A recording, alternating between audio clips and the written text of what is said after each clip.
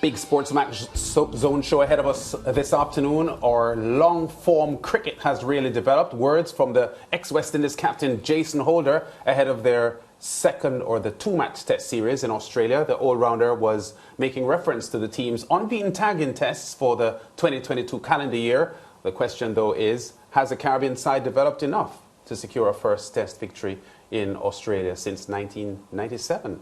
The action begins tonight at the Waka in Perth, with live coverage on SportsMax starting at 9:20 in Jamaica, 10:20 in the rest of the Caribbean. The West Indies have secured wins over England and Bangladesh this year, but Captain Craig Brathwaite understands that the Aussies, especially at home, will be even tougher opposition. Different, and obviously Australia are playing at home, so they're a very strong team. But as I said, we really putting our energies on doing our perspective, jobs correct, and if we're bowling, we want to, bowl to the fields, and stay disciplined throughout the whole day, however long we may have to bowl. And, as a batting unit, we want to be batting 100 overs plus. And we really want to put our energies on doing that. And I think once we do that, we'll do well in this series. Yeah, of course, Craig Brathwaite, also a Barbados horse race owner. His 2020 Derby winner, War Eagle, winning the Breeders' Classic at the Garrison Savannah on Saturday. So Craig Brathwaite goes into the first test with his chin up. Meanwhile, comments by ex-coach Justin Langer have dominated the headlines for Australia in the build-up to this opening test. Langer resigned in February this year after he was not offered a long-term contract, despite victory at last year's T20 World Cup and a thumping Ashes win against England. On a recent podcast, he reopened old wounds by labelling individuals who complained about his intense coaching style as cowards. The Australian captain, Pat Cummins, responded to Langer's comments at a pre-match press conference, saying there are no cowards in the team. Now, the Aussies have already named their final 11. Let's have a quick look at that, as well as the possible Australia 11. Well, the Australia 11 is confirmed. This is the team that will play this first test. Warner, Khawaja, Labuschagne, Steve Smith, Travis Head, Cameron Green, Alex Carey, Pat Cummins, the captain, Mitch Starc, Nathan Lann and Josh Hazelwood. Now for the West Indies, Craig Brathwaite captain, Tej Narayan Chanderpaul set to make his test debut. Of course, he's the son of Shiv Narayan Chanderpaul. Nkrumah Bonner, Kyle Mears, Jermaine Blackwood, Roston Chase, Jason Holder, Joshua De Silva, Alzari Joseph, Kemar Roach and Jaden Seals. That's the possible West Indies lineup. Cricket commentator Fazir Mohammed now joins us to preview this first test. And Faz, can we start by asking you how dry are you? Because we've heard the devastating flooding in Trinidad and Tobago, almost unprecedented, as people in the country are struggling with the weather. Yes, it's been a really unprecedented experience, as you mentioned. Thankfully, no fatalities, but the inconvenience is enormous. The costs are only, in fact, haven't yet been tallied because it's going to be a while. There's a lot of water in people's homes and in many parts of the flood-prone areas of Trinidad especially. And many people are bracing for a few more showers because we're still at the tail end of the rainy season. So it's been a difficult time for many people, and they're taking some solace in World Cup football and probably hoping against hope that the West Indies cricketers can give them something to smile about tonight. Yeah, someone on our production team yesterday, Faz, said they are excited to see Tej Narayan Chanderpaul make his test debut. Are you excited as well? I think he's deserved it. Whether I'm excited or not, probably. I would say there's more than a hint of trepidation going into this test match, not just for Tej Narayan himself, but for the entire West Indies team. And credit to the young man. And you've talked about it extensively before, making history, the son of Shiv Narayan Chanderpaul, just the third father-son combination for the West Indies. George and Ron Headley of Jamaica, of course, and then Sir Everton Weekes and David Murray, sadly just passed away a few days ago. And now you've got Shiv and Tej Narayan Chanderpaul, because he's going to have a massive challenge, whether it's tonight to the first ball of the test match or at some point during the course of the test, opening the innings with the captain Craig Brathwaite. It's a different situation altogether, taking on Australia in Australia. Those runs in that Prime Minister's 11 match in Canberra obviously will do him a world of good as far as his confidence. But I'm sure Shiv is reminding him as well, together with the outgoing coach Phil Simmons, that taking on Australia in Perth is a very, very different situation when it comes to test match cricket. Yeah, and of course, the West Indies are obviously underdogs here, Faz, but I want to point to the vast difference in batting potency of both teams. And I think that's where probably the bigger difference is, because the Aussies have like 3 batsmen at the moment in the top 10, Steve Smith, Labuschagne and Khawaja. The highest rated West Indies batsman in Test cricket in the ICC rankings is Craig Brathwaite at number 28. I know rankings isn't, everything, but it does speak to the production levels of both teams as far as batting is concerned. Absolutely. And just going with those numbers, I'll add the context, because we're looking at the West Indies on a 3-match winning streak. Winning the last test to clinch the series against England, 2 test matches against Bangladesh, but now taking on Australia. I'll draw a reference to how the West Indies competed so well in Bangladesh last year, at home to Sri Lanka, and then were all at sea and were really uncompetitive with the bat in those 2 test matches last year, June, against South Africa's fast bowling. And that to me is the worry.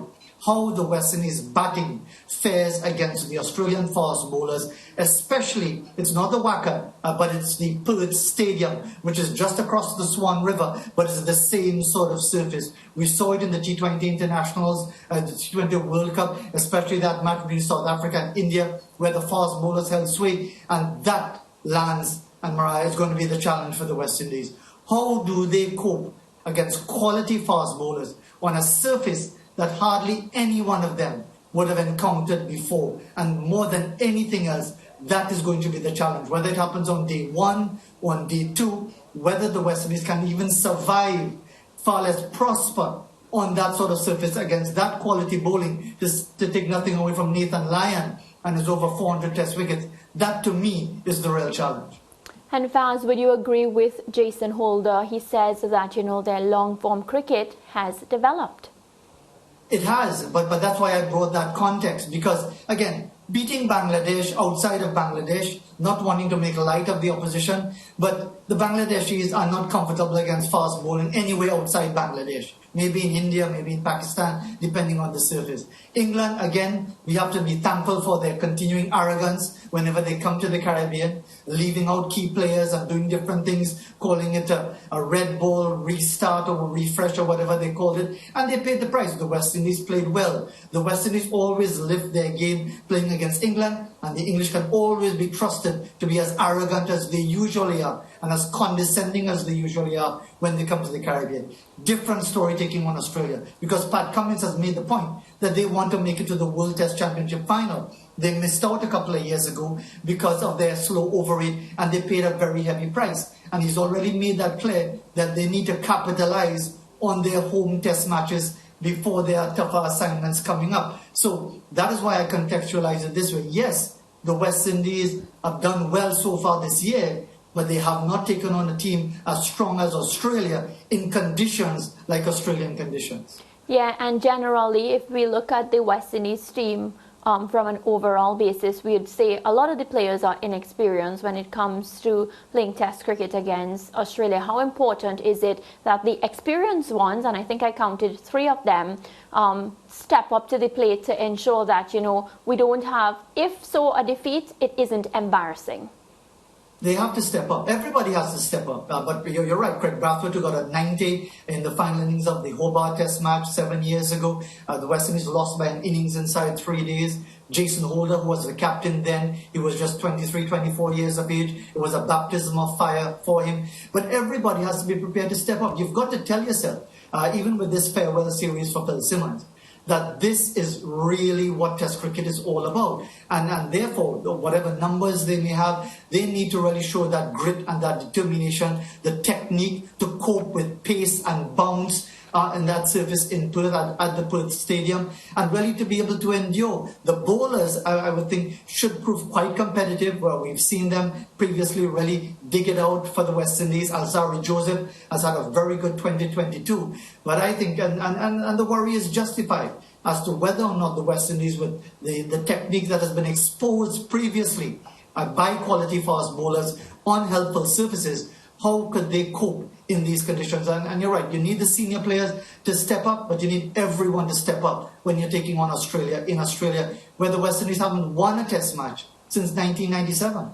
Yeah, and I saw a preview, Faz, a couple of days ago that was rather kind, I thought, to the West Indies bowling attack, suggesting that the West Indies bowling attack is fire enough to give themselves some confidence that they can at least test or challenge this potent-looking Australia batting lineup. How good is this West Indies bowling attack? We heard Jason Holder speaking very favourably of Alzarri Joseph's improvement, and you touched on it just now as well. But how good is this West Indies bowling attack? Because it's in that bowling attack that maybe the West Indies could try to be competitive, because their batting will definitely face a tough time.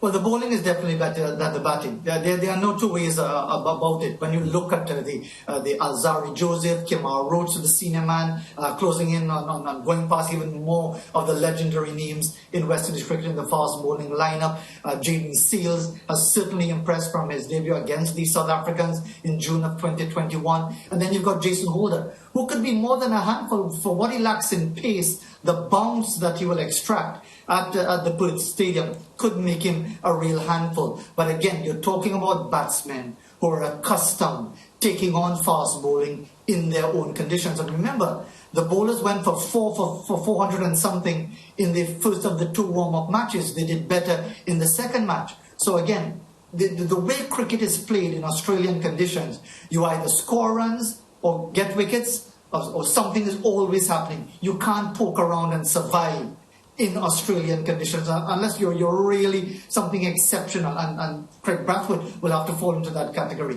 Tagenarine Chanderpaul will have to do something exceptional. So this is where the challenge comes in. The bowlers might be able to keep the West Indies in the match by picking up a few wickets and really having a concerted, consistent effort. But the batting is the worry as to how they will cope in those conditions. Yeah, and the fact is that based on the conditions and the grassy pitch we're expecting at the Perth Stadium, maybe the toss might be vital here, Faz. Given what we know about the likelihood of how this pitch would play, West Indies winning the toss may not want to bat first. I would be very surprised if they opt to bat first. And I think it might sound as surprising. But Australia, if they win the toss, I expect them to bat first. Yes. Because that is generally their modus operandi, whatever the conditions. So, bottom line, however it goes with the toss, the West Indies, even if they don't have to bat first, need to prepare themselves for a challenge of the caliber that they have not faced so far this year. They can harken back to South Africa, not in a negative context, but to understand the enormity of the challenge that they face. And I'm sure, leading up to the match, they will know that they can't be fooled or have any misplaced confidence based on what has happened so far this year in Test cricket. Faz, always a pleasure talking to you. And we'll be in touch over the duration of this 5-day Test match.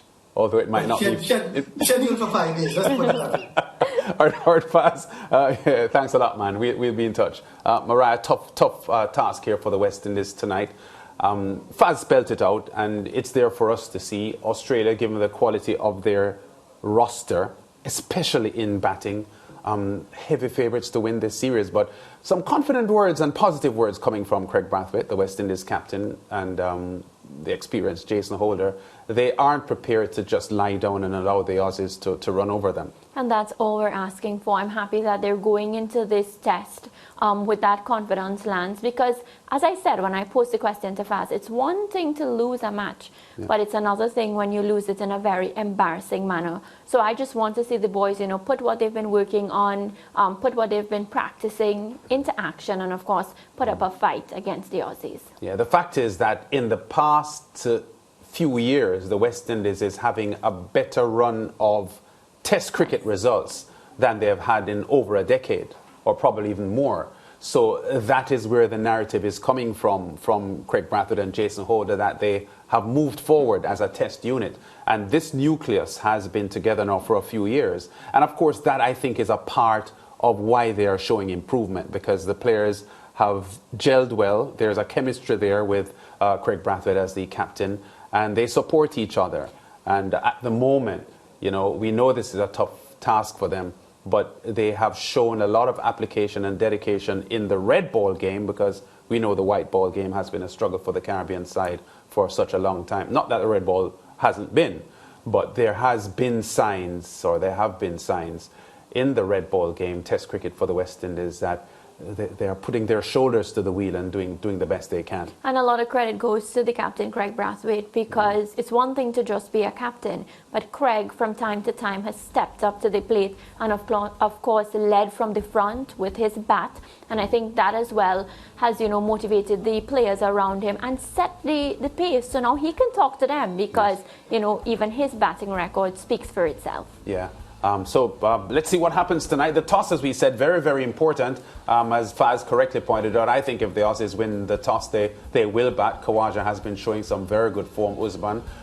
He has scored 2 centuries and 2 scores in the 90s in his last 7 or 8 innings. And the Aussies confident whether they win the toss or not. As we said, 9:20 tonight, 10:20 Eastern Caribbean time. Live coverage of the Perth Stadium test match between Australia and West Indies, the first of 2 tests. Back with more on The Zone after this.